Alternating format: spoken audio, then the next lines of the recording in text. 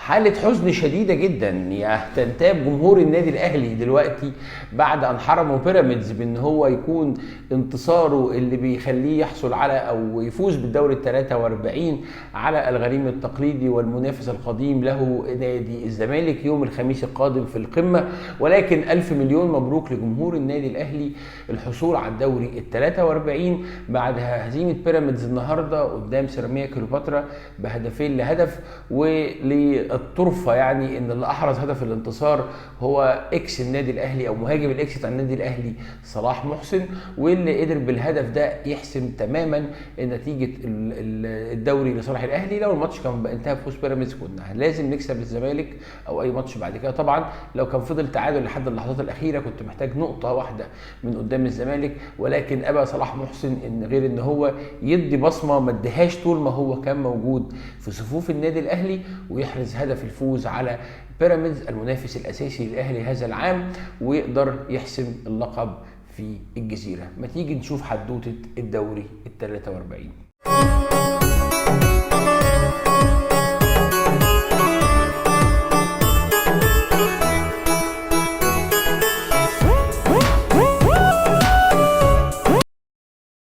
بعد سنتين عجاف على مستوى المحلي للنادي الاهلي، كان الزمالك هو بطل الدوري الموسمين الماضيين، وكان الزمالك هو بطل الكاس بتاع السنه اللي قبل اللي فاتت اللي اتلعب السنه دي، وعلى حساب الاهلي بالماتش الشهير اللي انتهى 2-1 او 2-0 على ما اتذكر للنادي الاهلي السنه اللي فاتت في وقت يعني زي الاوقات دي السنه اللي فاتت بالظبط. فكان على مستوى المحلي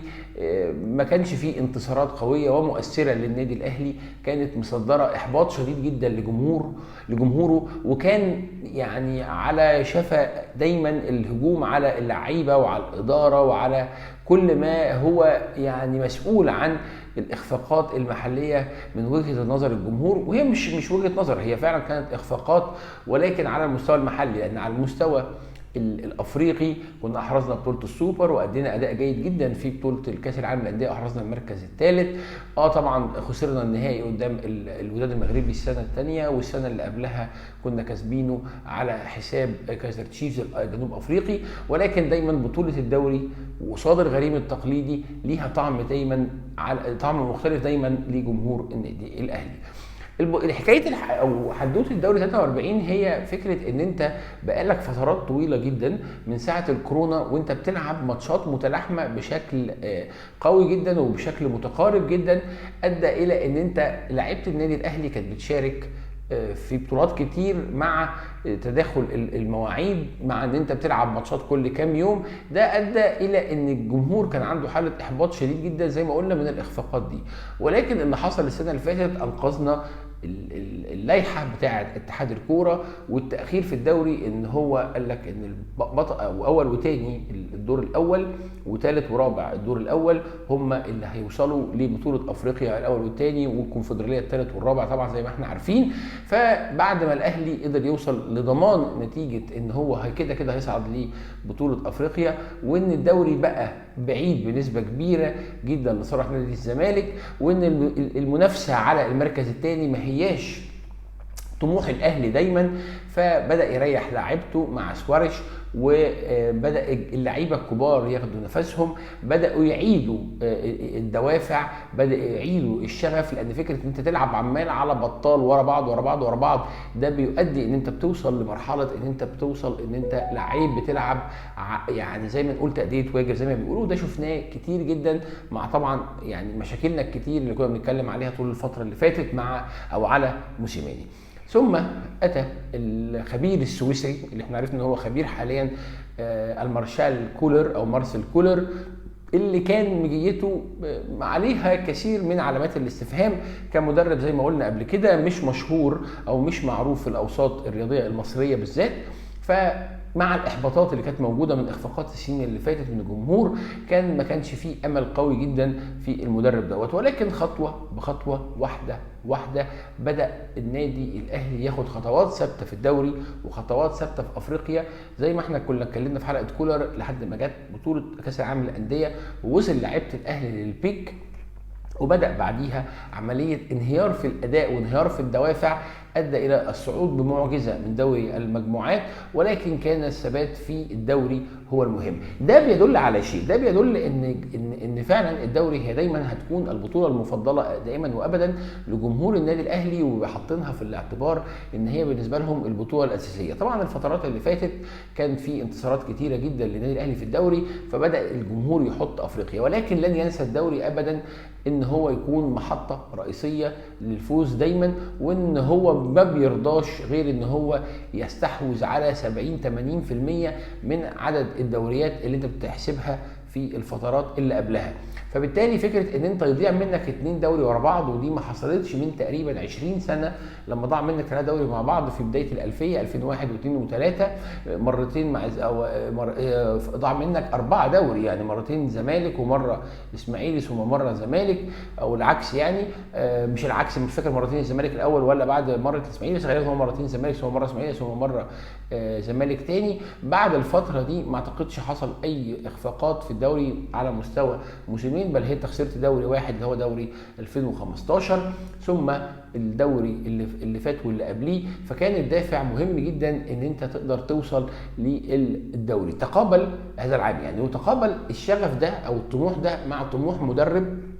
حتى بنتكلم عليه من النواحي الفنيه او الكلام ده كله، بس مش هي النقطه دي اللي التقى فيها هذا الطموح، بل التقى الطموح مع طموح مدرب بقاله حوالي 2 أو 3 ما بيدربش لظروف مرضيه، كسر في ايده او حاجه زي كده، فكان عنده نفس التطلع والشغف ان هو يقدر يوصل للدوري العام المصري وهو حصد البطولات. انت بتتكلم على مدرب جه في سبتمبر اللي فات، النهارده بتتكلم ان احنا في يوليو، يعني في 10 شهور تقريبا قدر يحصد 5 بطولات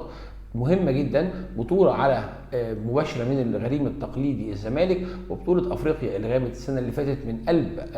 ملعب مركب محمد الخامس من الوداد المغربي، وبطوله الدوري بعد 2 سنين، ثم سوبر وكاس على حساب الفريق الغني بالنجوم جدا بيراميدز وهو فاقد جماهيره. ولكن كل البطولات دي ما هي سهله، وحتى بطوله الدوري انت بتتكلم ان انت النهارده لاعب تقريبا 28 ماتش وفاضل لك حوالي 6 ماتشات لم تهزم فيها حتى الان. ده كله بيدل ان فعلا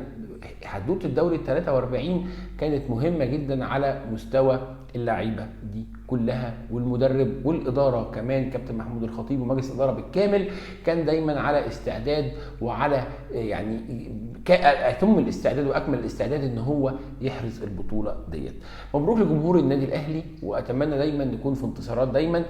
السنه دي انت لحد دلوقتي لاعب 6 بطولات، احرزت منهم 5 بطولات، اللي خسرته الوحيد هو كاس العالم للانديه وهو حاجه متوقعه جدا، فبالتالي هي سنه ناجحه بكل المقاييس الممكنه والغير ممكنه، لازم تحيي عليها كل اللي شاركوا فيها، على راسهم مش اللعيبه ولا الاداره ولا الجهاز الفني، على راسهم الجمهور الداعم، واللي هو دعمه بيبقى قوي جدا دايما. انتقاده بيبقى اقوى والزع واصعب على اللعيبه،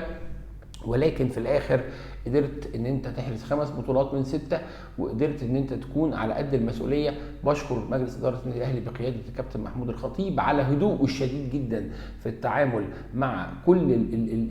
الصعوبات اللي عدى بيها النادي الفتره اللي فاتت والضغوطات اللي حصلت من كل النواحي. بشكر الاداره الفنيه لمارسيل كولر على هدوءها في التعامل مع الماتشات، وعلى انها لم يعني تنصاع لكميه الضغوط والانتقادات اللي حصلت عليها، خلت شغلها هو اللي يتكلم عنها. وتحيه للاداره عفوا اللاعبين اللي بذلوا كل جهد ان هم يقدروا يوصلوا ان هم يحرزوا 5 بطولات من 6، وقبلهم دايما جمهور النادي الاهلي اللي لازم تديله كل تحيه وكل اهتمام. طيب في مواضيع كتيرة تانية عايزين نتكلم فيها، بس مش النهاردة. عايزين النهاردة يكون كلمة مبروك هي الكلمة العليا لجمهور النادي الأهلي والنادي الأهلي على إحراز البطولة 43. عندنا قصة إمام عاشور، عندنا قصة مصطفى فتحي، عندنا قصة فتوح، عندنا ملفات كتير جدا مفتوحة حاليا عايزين لسه نتكلم عليها إن شاء الله في حلقات قادمة. مش هتأخر عليكم إن شاء الله، في خلال يومين الجايين هتكلم عليها، عشان عندي حاجات كتير جدا وأسرار كتير جدا من مصادر قوية ومهمة جدا هنتكلم فيها. دي كانت حلقة سريعة احتفالا بفوز النادي الأهلي. أتمنى كله يكتب مبروك للنادي الأهلي، وأتمنى دعمكم باللايك والشير وسبسكرايب وتفعلوا الجرس يوصل لنا أول بأول، وأشوفكم الحلقة الجاية إن شاء الله. سلام.